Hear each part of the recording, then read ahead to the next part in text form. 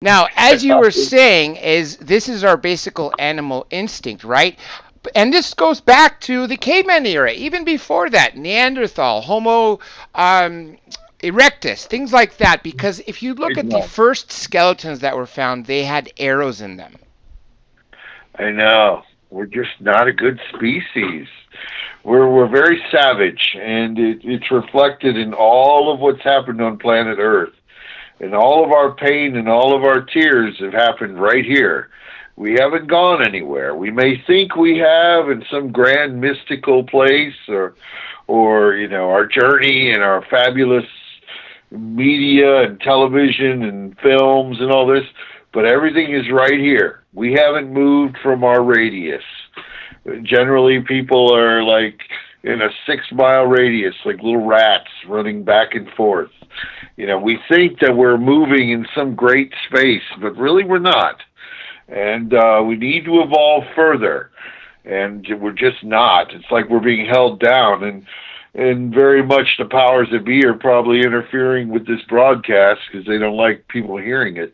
But there's something else that needs to happen for mankind to evolve beyond itself. Now, so on. Here's the question that was asked prior to this last one. The reason why I asked in reverse order, because the question you just answered was linked to the one before. This is from Nicholas Cashmore, who I believe is in Canada, northwest Canada. It reads, what will corona vaccine do to humanity? Yeah, I know. I don't know if they even have one. And if they do, it'll be interesting. COVID-19 moves so fast. It is one of these things that you can get over and over as well. They don't like to tell you that, but it's a virus that once you get it, you're not immune to it. I mean, it keeps coming and coming until you're dead. And again, that's why I think the quarantine is ridiculous. I think this forced indoor thing is just stupid because this is a novel pathogen and it moves extremely quickly. You can get it over and over again. So just by staying indoors and from other people doesn't mean it's not going to be there, because now it's a part of our whole system. It's probably in our blood banks and everything else. I mean, look at how fast these multicellular things move. It's at an astronomical rate. I mean, it's like cancer. Once cancer is taken onto the body, it just moves at such a crazy rate. So there's a lot of things that can kill us. There is something else going on here. I have not gotten to the bottom of it, but in my quarantine world, I am going to be exploring it. I want to find out the answer. If they have a cure, I would be shocked. If they probably do, they supply the virus and create, have the cure. It's a further way to keep a population down. But we're talking a global phenomenon. Canada just closed its borders about 2 hours ago. They're not allowing anyone in. I mean, that's incredible. That's incredible. That's actually news I didn't know about Canada. I obviously knew about Spain. I knew about Italy. Obviously, I know about what's going on here in the United States. But Canada 2 hours ago? I'm not surprised. Yeah, they shut theirs. And they have created down in South America militant checkpoints. So now even there, they're limiting and restricting movement. I have some friends that are down in Mexico and Brazil and so on, and they're saying they're limited in their movement. So this is not cool. This is something that's else happening here. Let's hope it just blows over. But, you're talking on a global scale. All these different places are saying, we're going to restrict movement, stay indoors. You can't go to the restaurant anymore. No more movie theater. No more shows. Just stay indoor like good slaves, and we'll let you know. Pay attention and listen to what the television tells you. And I don't know. There's something else going on. And if you listen to the television and staying at home, you're only going to be more fearful. You get more scared because you're going to be pounded by, breaking news, not safe, quarantine, stay home, this and this person has it, you're vulnerable, etc., etc. That fear, huh? I know, man. The fear is unleashing. The fear is coming, and it's so ridiculous because we could die of anything else. So that's why this thing doesn't make sense. Unless there's something they're not telling us, which clearly they're not. But, I don't want to stay at home. What is it? Let's go out and have some coffee. You can't go to Starbucks anymore. You can't move around. I mean, what is this nonsense? In Los Angeles, they're shutting it all down? That's insane. And I was shocked when they announced that today because of the stock market. 7 airlines could go bankrupt. 7. I mean, that's billions and billions of dollars in industry just shut down. Now, obviously, they're going to have to sell off their jets and lay off their workers, and new companies are going to form. But this kind of transition to new companies, we haven't seen something like this since Pan Am, and that was one, right? Or TW8, that was another. 7 at a time? This is a game changer. It's such an immediate thing. And what that does, too, it further restricts our travel. So, we have these companies that are, all of a sudden forced to fail because literally we had a booming economy about 3 weeks ago. And now all of a sudden we went back to '08 levels. They crashed it. They crashed our economy, and now we're having bankrupt airlines that are just running empty planes, and they're now. This is not cool. There is something that seriously has to change, like tomorrow, and I don't think it will. And if it drags on more than a month, because what happens after a month? And we're lucky because we have places to reside. What about those that don't have places to reside or can't afford it? I mean, quarantine's great if you can afford it. If you don't have the money to buy food and you go a week without food, that's not cool. And then when you do go to get it, it's not there. This isn't cool. This is very dangerous, and it's a threat to our democracy, and it's happening around the globe, which is just, in a sense, very, conspiratorial, very like, what is really going on here? Okay, people are going to get sick. People are going to die. Okay, that's going to happen. We know that. We could go out right now and we could get sick. We could get anything in the world. But what gives you the right to force a quarantine? But, it could be testing the populace and how they could just be sheep. I wonder how our populace will be good sheep. And, will they listen to us? We're being the masters of control with our enormous amount of weaponry. I'm seeing a comment here from Tammy George that says they are talking about until July. If this virus stays until July and it's as bad as they say it is, I fear that the Georgia Guidestones may come true. 7.4 billion people will die off to leave 500 million. That could be very much so true. I mean, July. You leave these things in place by July? I mean, the money's not going to have any value. It's like what you said. What are you going to trade with? I mean, this is stupid because the supply chains are going to be gone. Who's going to truck it around? And to where? And by the time it gets there, it'll be gone. I mean, it'll be hoarding on a mass scale. And by then, it'll be just a mess. That'll be the height of summer. For North America, and, it'll just be a bad scenario made worse. This needs to stop now. We need to literally go and riot or something. This kind of reminds me of the apocalypse scenario in The Walking Dead. Obviously, we won't have zombies walking around, but it'll be, few groups of people warring with each other to get the last can of of peaches, or you can't have milk at that point. It's going to go bad. But whatever water you could scavenge, and even with water, we can live, I think, about a month with just water as opposed to Right. without food. But if we run out of water, we can't live longer than a week. No, man, and good water. You know, you got to have good water. You can't just drink from the stream anymore. It's all contaminated. So, you know, the grid would have to remain in place. And plus, you know, what's to keep them from running it? You know, it's not a good scenario. Something has to happen immediately. July is way long to be having closure of what they've done. They need to open everything back up, and we need to back off of this thing. That's what I would do. And yes, they're going to maybe get some sick people, and there may be an overrunning of certain hospitals.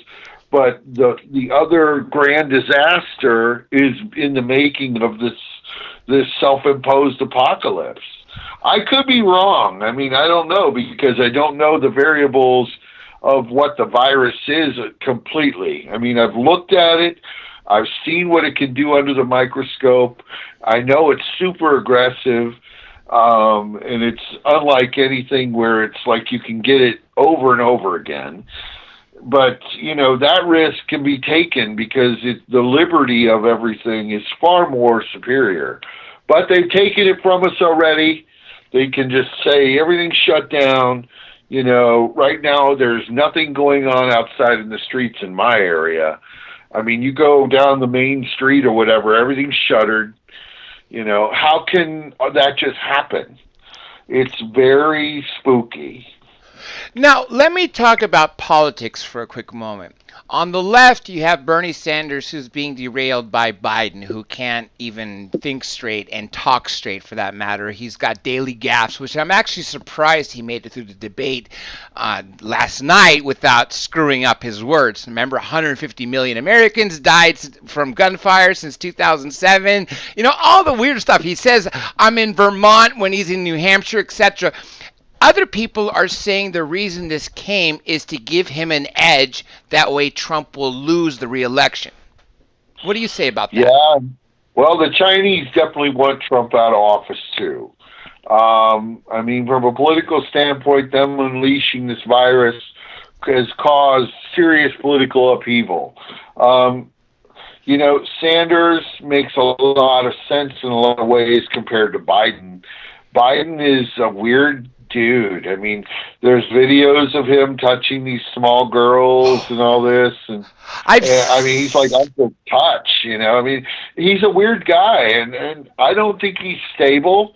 I think they're propping him up. I think I think Sanders needs to take the gloves off and call him out for the corrupt dementia politician he is, but he won't, and inadvertently he's going to lose. But it's a thing where politically this whole thing has created instability. I don't know of any politician who could handle what's happening right now unless they're being dictated to. I mean, this is just crazy. You have, on a global scale, them shutting down Switzerland, them shutting down Spain. They're closing 60 million people in Italy. Over, 300 sick people? Yeah. I mean, I guess. I don't know. I mean, they have more people in there due to cancer and the flu. So what the hell is this all about? And Russia's not participating in any of this. Russia's just sitting back watching all of this nonsense.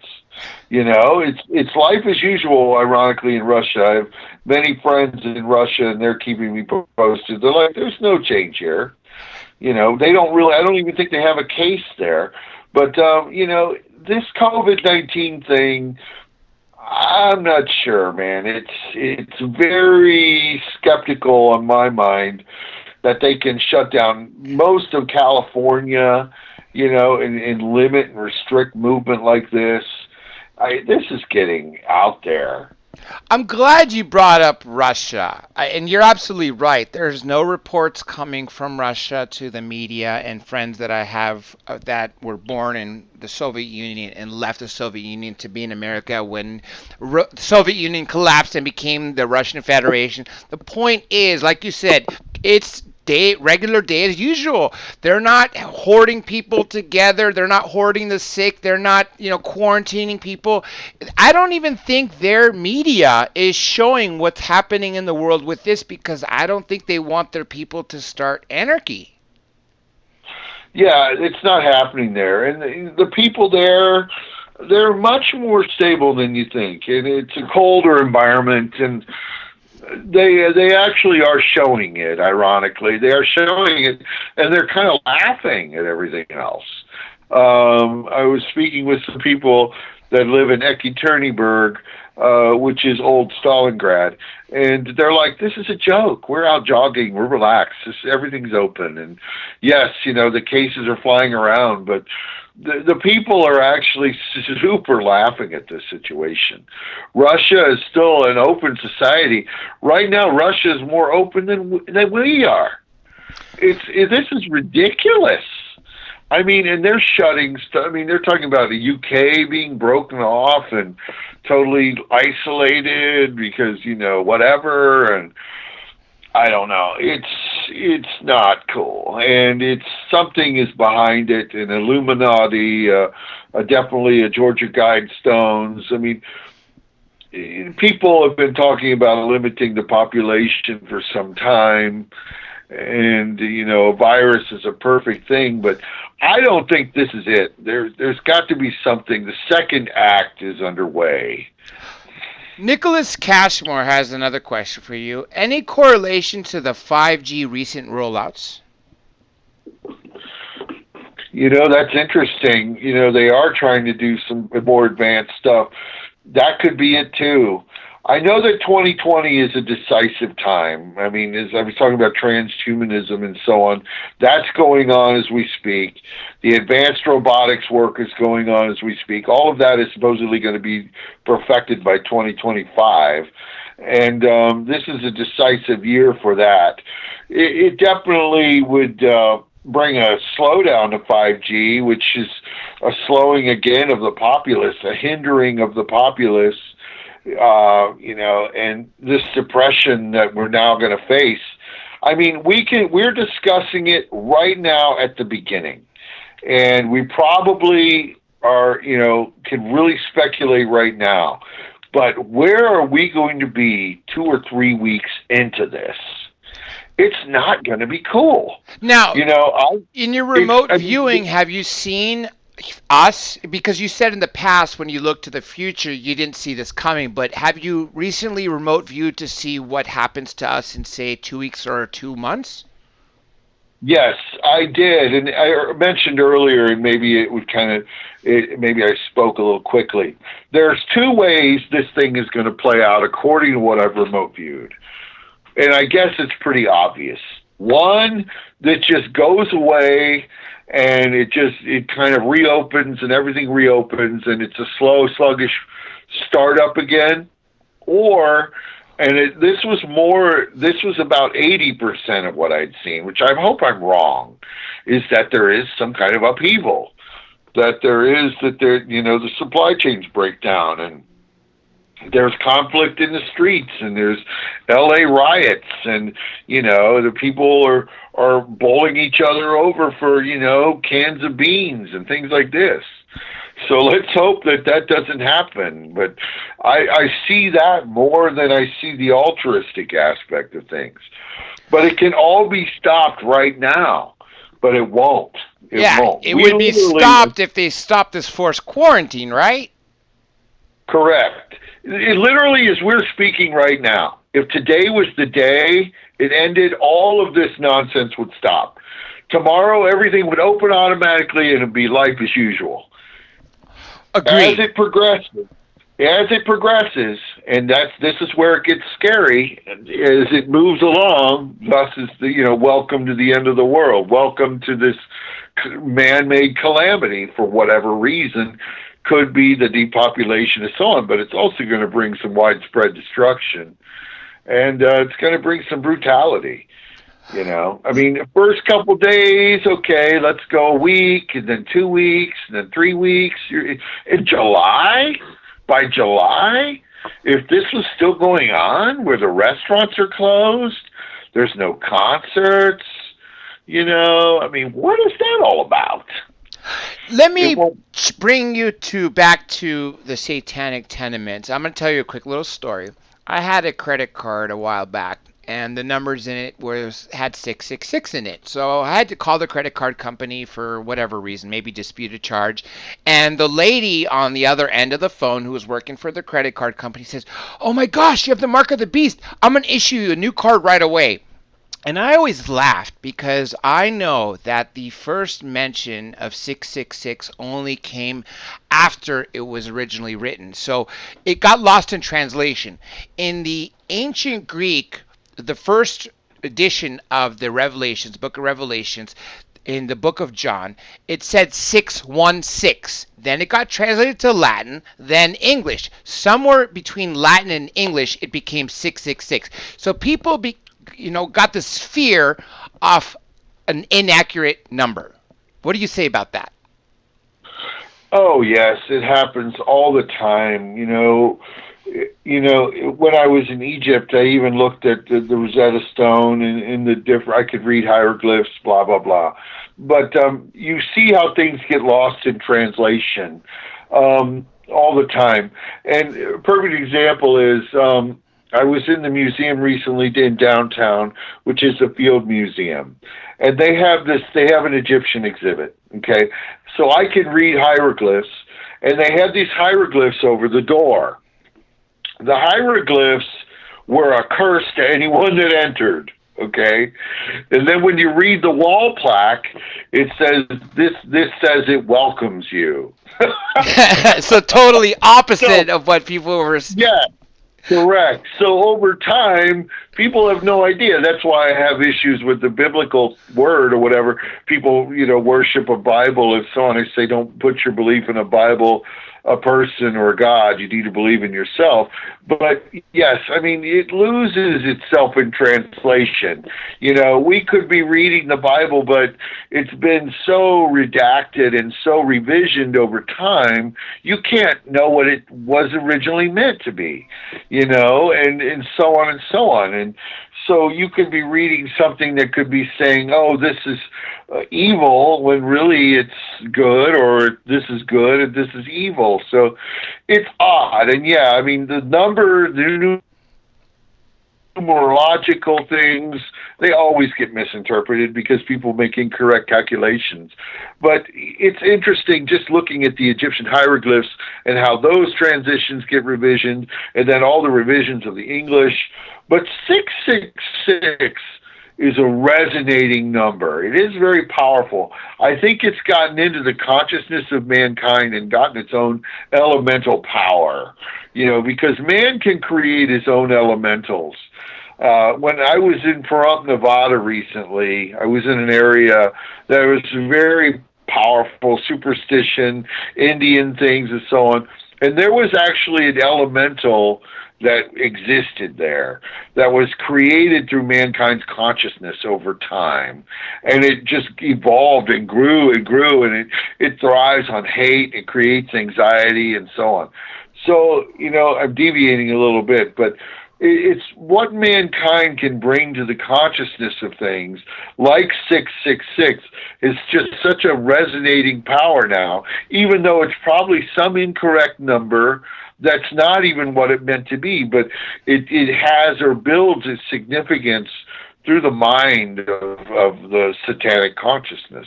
And it absolutely has in the last 500 years, ever since it was interpreted and placed that way, and people started putting power into it. Now, I'm going to ask you about the pentagram and Baphomet, but before I do, I'm going to reverse that and ask you this simple question. Did you know the pentagram, the Medal of Honor, is identical to the pentagram that is an inverted 5-pointed star? Wow. I didn't know that until I paid attention to it recently, and I was like, oh my God, that looks so similar to what I know to be Pentagram. I know, right? It's such a mystical symbol. I mean, and again, it's taking on its own consciousness, its own elemental power. I mean, it was used as a Masonic Masonic symbols and so on, and it could be alien in its own comprehension and its geometric, elucid in design and so on. Fascinating. Yeah, it's alive. I mean, it's a gate. What is the purpose of the pentagram? And with regards to the Baphomet, Michael Aquino taught me if you draw an inverted star in a circle, that with using a compass, you actually create certain curves based on the degrees of the compass, which if you end up filling in the lines, it looks like a Baphomet. That's where it comes from. That's at least what I was told. What do you know about it?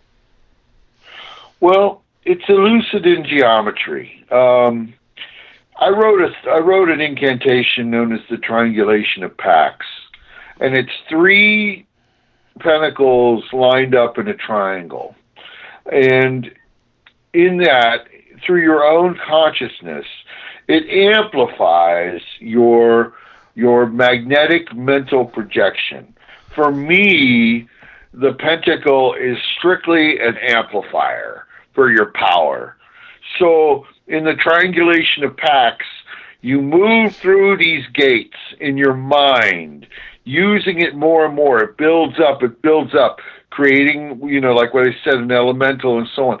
And so it magnifies your own innate personal power, projects it outwards, and brings an influence in reality. That's what it is to me. It's a fulcrum. It's an energy transfer point. It calls down the cosmic Luciferian energy. Yes, it does configure into the goat's head and symbolisms of medieval times and so on. That is very potent and powerful as well. But for me, looking at it in a scientific black magical experiment, it's more that. It's kind of like looking at the wand.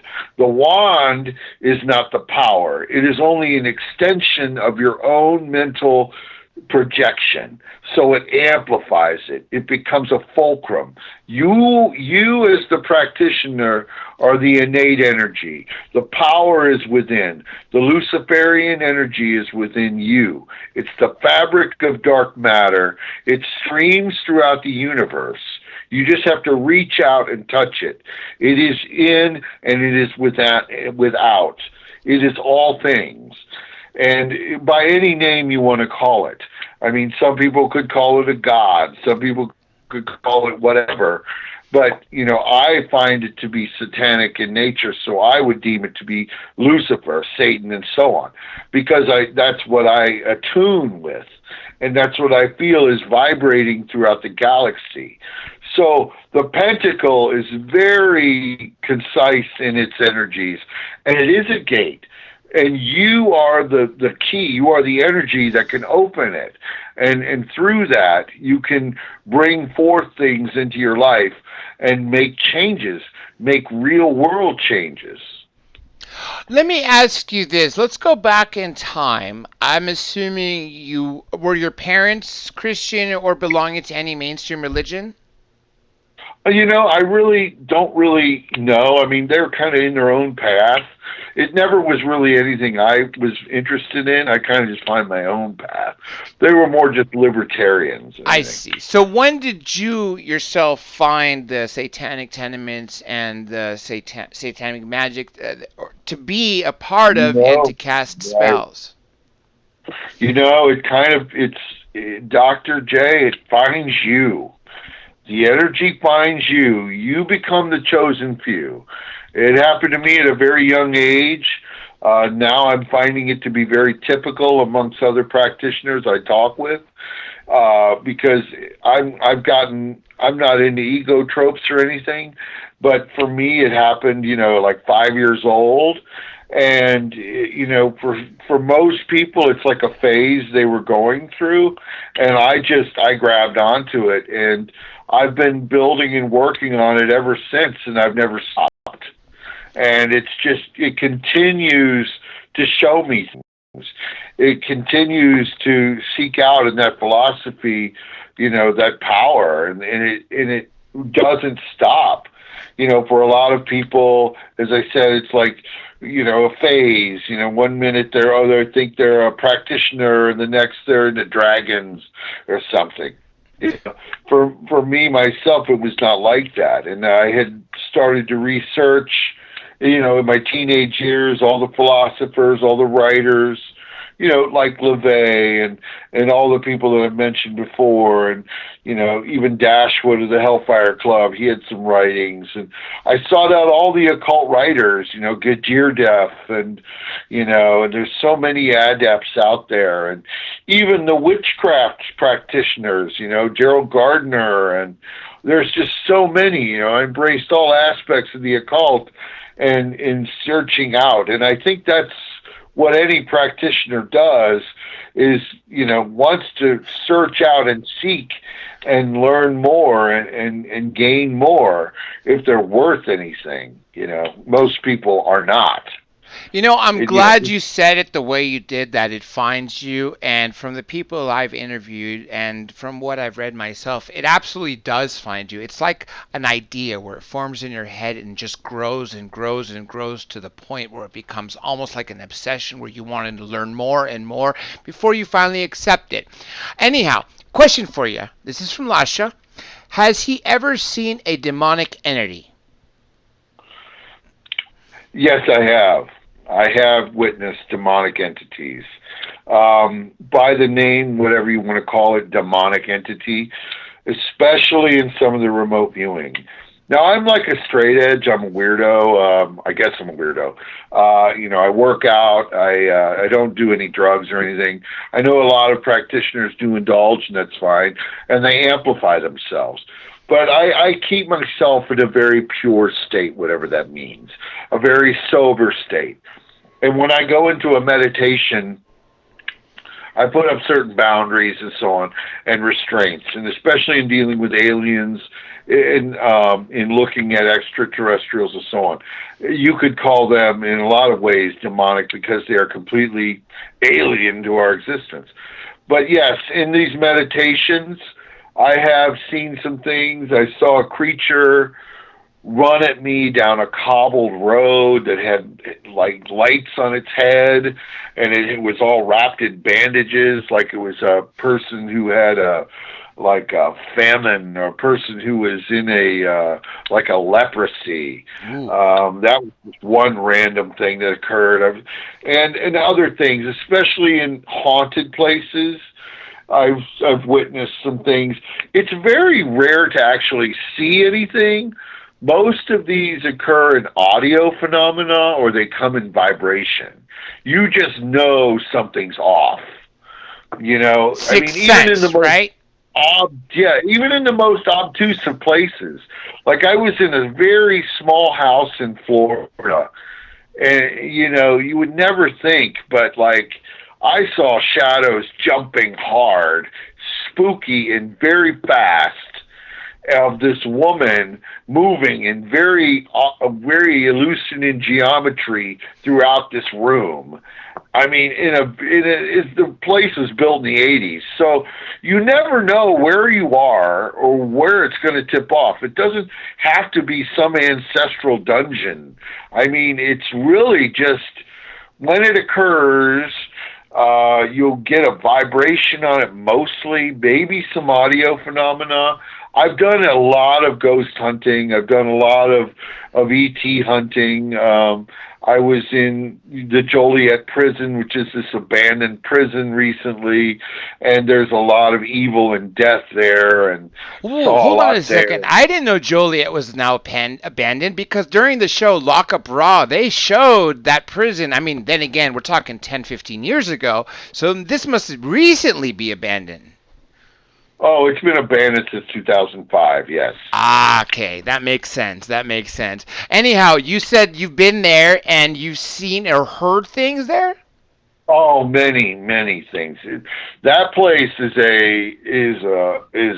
an elemental times 10 place. I mean, A lot of doom in there. Yeah, I mean, when you go to these places that have distress, you see and feel. And we went in with ghost boxes and so on, and there was a lot of audio phenomena. I saw some things in there.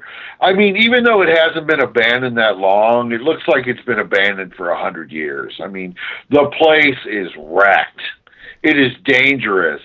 I mean, I went up and I held a Ouija thing in where this woman, the murder of this woman happened. The warden's wife was killed in this one room, and dude, that was terrifying. And for me, I mean, you get scared. I mean, if you're not, I mean, people go in there and think, oh, I'm all hard and everything, but if you're really going in and you're only with one other person, and you're truly dedicated to looking into these other phenomena, it's intense because it's otherworldly. It's outside of reality. It's not in your normal space. You literally don't even feel like you are a part of reality anymore if you really go in, to these places and have that experience. A lot of this stuff is charlatanism and games and nonsense and television created and all this. I discount 90% of these supposed ghost shows or whatever. I mean, they're entertaining, but when you really go in and if you're really looking for something, and then when you find it, it is actually really terrifying. There's a couple questions for you here. This first one reads, when he sees the entities, do they see him? I don't know. I know when I was, in talking about this prison thing again, we were in the area where they had the medical area, and there was this person that walked, or a shadow that walked right through a wall, and it was on the recorder as well. So I don't know if they're aware. I mean, I know that, ghost boxes are widely discounted. I do not discount them. I think Thomas Edison first, when he created the first ghost box, I think it's been built on, and certain other industries have definitely latched onto it and got it perfected where it can pick up different alpha channels and so on. But yeah, maybe if they are aware, they're pseudo-aware, or they're in some other alternate existence. And I don't even know if they're people that were a part of that space. They could be something else, just caught in some other kind of gate or door or something, A lot of times you don't know. I don't know, because, it'll be out of place. Like, one time I was in a place in Boston, and you'd think you'd run into, some, older, woman that looks like she's wearing older clothes or something in some kind of mansion, but it wasn't. It was some kid from the 80s. They take on different forms. A kid that dressed like he was a kid in the 80s in this old mansion house when we're trying to contact this woman. I'm just deviating, but I don't know if they're aware. Sometimes you may think they are. I've done a lot of Ouija and a lot of, exploring that realm. So it's hard to say. I mean, even looking at what Houdini tried to do, or, the writer of Sherlock Holmes, all of these people were definitely exploring the other side, and they were utilizing all the accoutrements of Ouija and so on to get there. And now in our science, we can take it further. It's very real. People say, if they want to deny it, they can. But I can say from what I've seen, I feel that it's very real, and we'll learn more as we go along in our science. When you brought up Ghost Box, are you referring to the machines or recorders that record EVPs? Correct. Ghost boxes. It was originally the original one was developed by Thomas Edison, and it's been developed over time to pick up that certain frequencies and so on. Another question from you. This is Ronan Soul 9. Have you ever encountered an alien or UFO? This is very interesting. I'm not a big talker, and so you've got to know that what I'm discussing is my own personal experience. Um, There's been several times I have encountered unidentified flying objects. One being when I was very young. I'm in Columbus, Ohio, and I'm in a very sedate domestic area. Okay. And I always tinkered with radios, and I always tried to contact aliens. Okay. I always would try to just, as a child, I'm talking like 13 or 12 or something.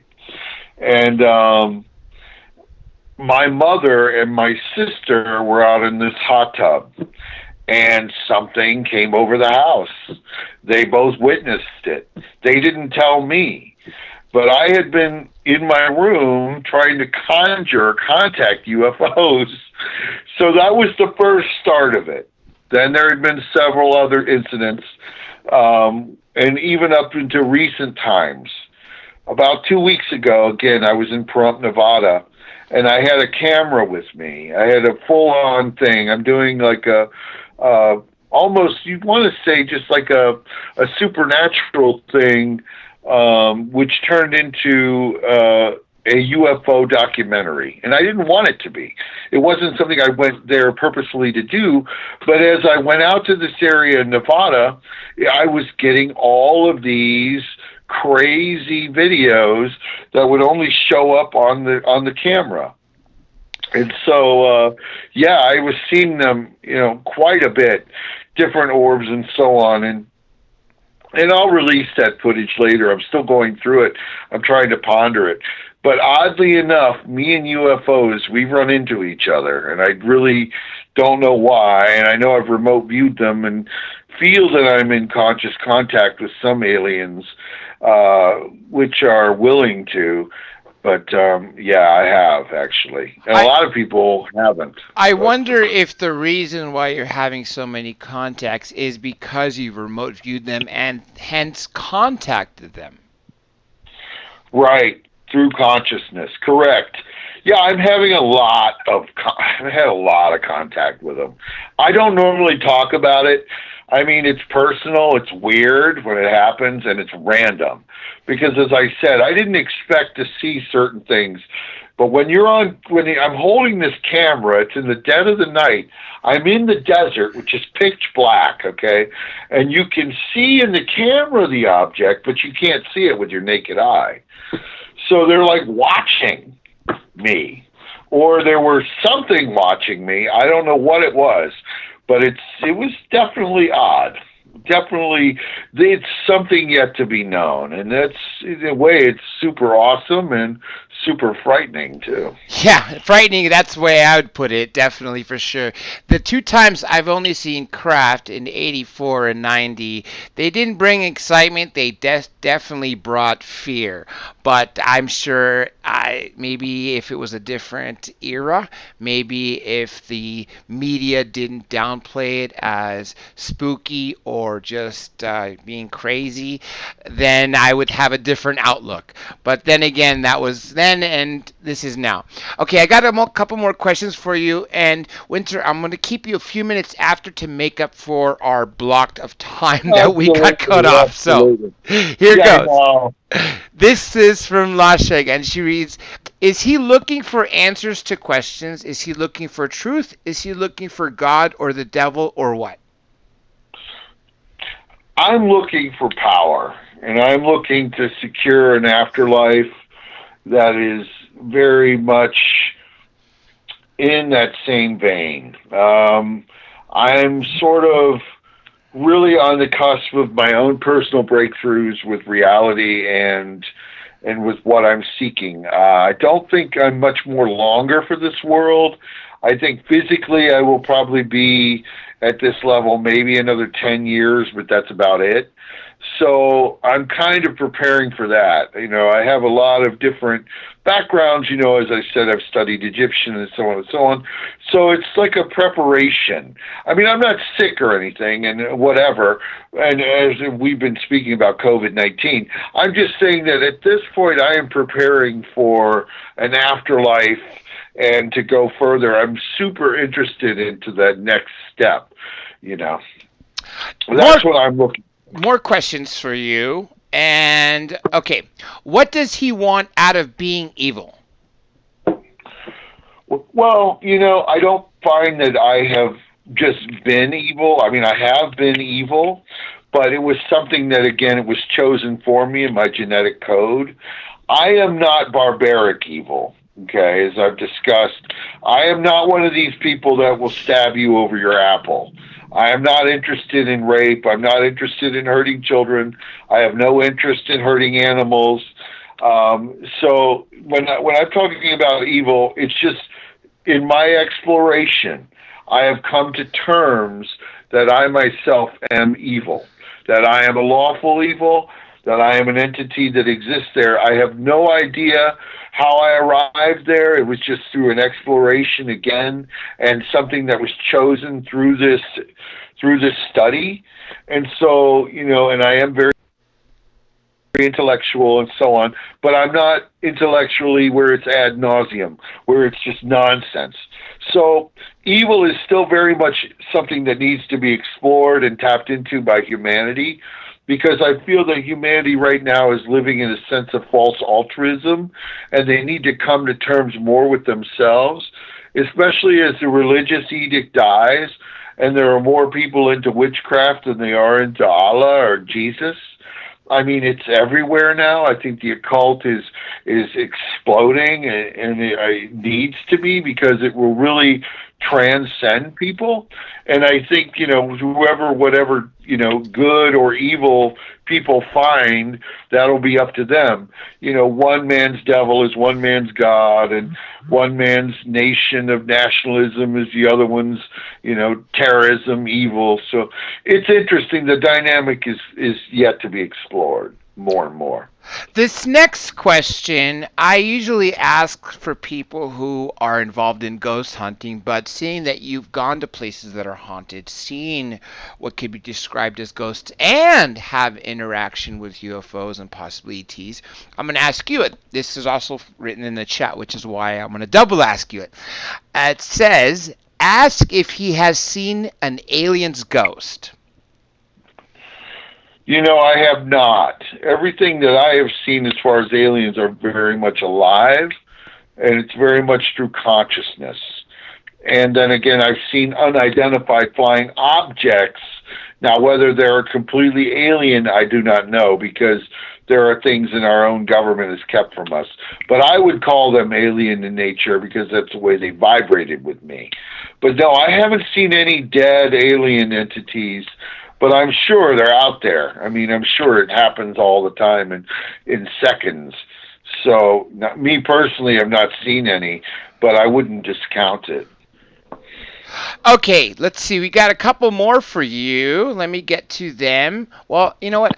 This one I was going to save for after we got off, when I was going to thank you. But since there's enough interest, I might as well ask you now. Which says, why did you go to Pahrump? I've been there twice for 2 reasons. But what was the reasons you went? Do you have family there, friends there, or just to visit? Right outside of Death Valley, against a mountain, there is a dry lake bed. Within that dry lake bed, I've always wanted to explore it. I have clients that live out there, and so I was able to stay out there. Affiliates with Art Bell when he was alive and so on. Art Bell used to live out there. That's where I went, yeah. I used to work for him 5 years ago. So, yeah, it was something that I'd done. And so, you know, that from that area, I went and I explored you know, this elemental that I thought existed there. And from that, that's what brought me to that Pahrump area. I mean, it's super filled with high supernatural energy and power, and it's just very spooky, you know. So I wanted to always explore that, and I did. And then it ended up being like a UFO extravaganza or something. Yeah. Great. Well, considering the proximity to S4, which is in Area 51, I would think it would be. And I know Art, when he was alive, talked about the many cases he had seen in Pahrump. Because he never really left Pahrump, if you knew him. I know. Art Bell never left that area, and I mean, and him and all of his listeners, and he had millions and millions. They're all focusing on that one area and his array and so on. So, that created its own elemental in its sense. So that whole little town, that Pahrump, Nevada, there is something there, and I was glad to go there and explore it, and definitely got some crazy video. Next one for you. Is it evil to try to absorb the powers of others, or the power of others? Energy devourers are pretty common. Is it evil to? It's hard to say, because we're a terrible race that devours animals and takes their energy, and we have even eaten our own species, or like cannibals. I mean, not that we are now, but I wouldn't say it's evil. It's just a part of our nature, because we're not good. We're actually pretty vile, and people try to get away from eating animals and so on, but there's something to it, something to our carnival rage, our carnal and cannibal rage, and all kinds of things. So energy devourers exist. They're every day. I don't like to deal with them, because you just know you're in a room with one. They're trying to siphon your energy, and they can be awful psychic vampires. But if you're doing it to something that's deserved, some asshole or something, then so be it. But for me personally, I don't seek to be an energy devourer, although we all are in a sense. You mentioned, aside from cannibals, just eating animals. That actually is what we're meant to do. Eating animals is the diet we need to have. I saw a documentary on Prime, which was the perfect human diet. And it goes back to what we've been doing for thousands, if not millions of years.